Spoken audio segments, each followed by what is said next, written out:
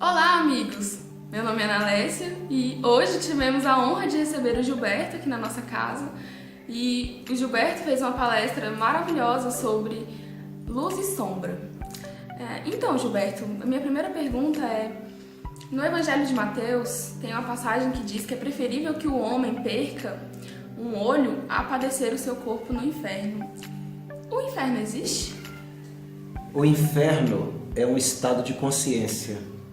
Essa passagem do olho é a forma que nós enxergamos o mundo e aqueles que estão próximos de nós.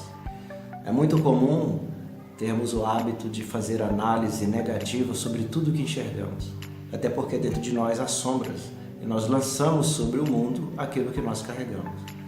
O natural é esse pedido, que nós não venhamos fazer do nosso olho motivo de escândalo, porque efetivamente vamos entrar num estado de consciência muito profundo, de um sofrimento particular muito intenso e padeceremos dores na alma incomensurável.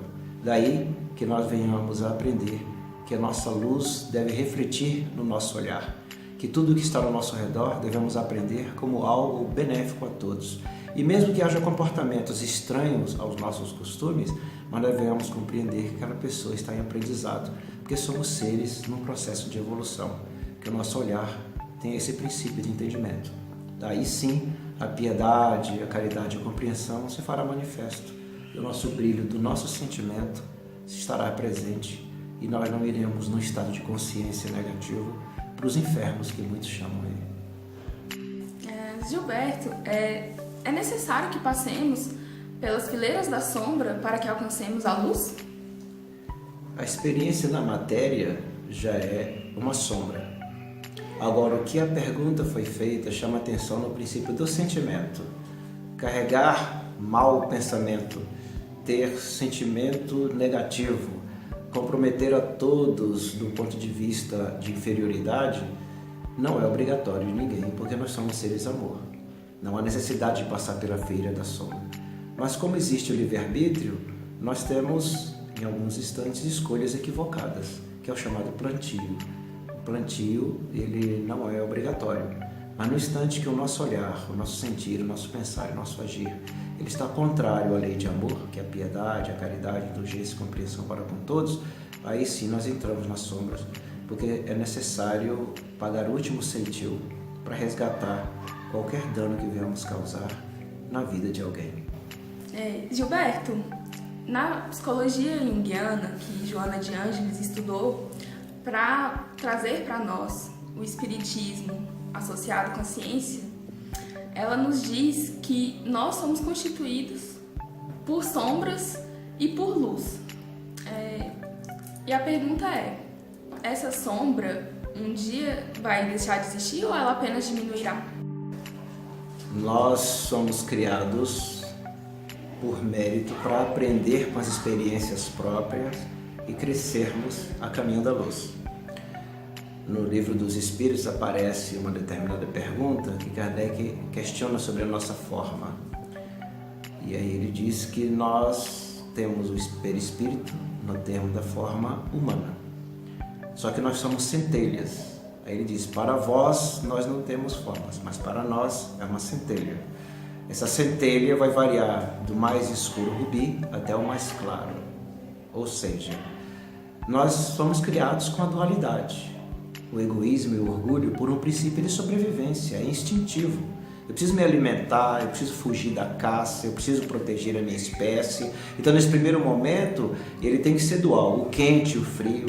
A estrutura da dualidade é para que nós tenhamos, no contraste, o desenvolvimento do raciocínio e da inteligência. Ao longo do tempo, vamos deixando a dualidade e passamos a compreender a totalidade. Então, é evidente que não haverá mais a necessidade do contraste, e sim somente da luz. Chegará um momento, sim, que as sombras vão desaparecer e seremos apenas seres luminíferos nos espaços que vamos ocupar, porque não haverá necessidade da dor e do alívio, do frio e do quente, ok? Da noite e do dia, porque nós já entenderemos a completitude da vida e da existência. Gilberto, há espíritas que querem a transformação moral e a evolução do dia para a noite. E aí, Joana de Ângeles faz a seguinte comparação: que nós queremos progredir do dia para a noite, é como se fôssemos ao médico com dor de cabeça e ele fala pra gente, decepa a sua cabeça. E alguns teóricos falam que essa pulsão de a gente querer se transformar do dia para a noite nada mais é do que pulsões do nosso ego. E como que podemos identificar isso? Bom, primeiro que para evoluir é necessário domar as más inclinações.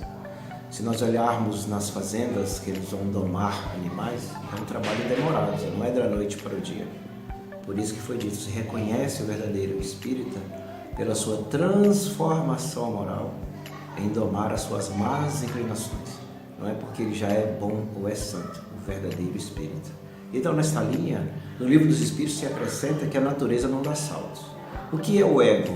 Como é que nós descobrimos? A ansiedade, a prepotência.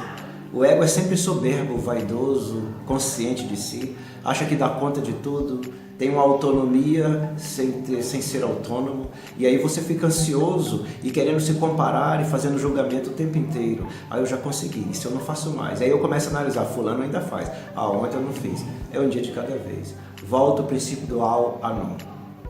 Por mais um dia, não falei palavra de baixo calão. Por mais um dia, eu não me irritei com fulano. Ontem eu me irritei, começo do zero, por mais um dia, e nesse processo vamos caminhando. A vida é uma só.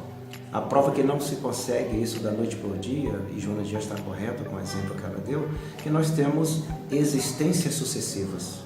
A reencarnação é o melhor processo evolutivo para que o ser se acalme e seja prudente como a serpente, observando para dentro, se recolhendo, é isso que quer dizer, mas inocente como a pomba, fugindo quando não for dar conta. Nós não vamos dar conta da noite para o dia realmente para resolver, mas é o egoísmo mesmo. O ego ele é prepotente, ele é imediatista e gera ansiedades. E vemos algumas pessoas que dizem assim, eu não dou conta dessa religião porque eu não consigo resolver isso comigo mesmo. Se gera um conflito. Voltemos a Santo Agostinho. O esforço que vamos fazendo para nos melhorar, ou seja, reeducando os sentimentos. Nós somos seres milenares. Podemos conseguir algo daqui a 1000 anos, daqui a 2000 anos, daqui a 3000 anos. Quando Jesus chegou na Terra, ele já estava 4 bilhões e 600 milhões de anos na nossa frente. Então imagine que é um ser que labutou muito. Então é só observar quando está sendo uma persuasão coercitiva, uma imposição. Não, amanhã eu não faço mais isso, é o ego. Por hoje eu não fiz, mas amanhã eu posso fazer novamente. Essa é a tranquilidade da piedade por nós mesmos.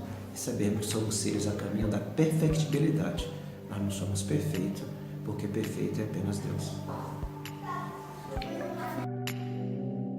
Excelente. Muito obrigada, Gilberto. Que Deus abençoe a todos nós. Conheça o trabalho da Casa Maria de Nazaré no YouTube. Assine o canal Contador de Histórias de Paulo H.C. Gonçalves.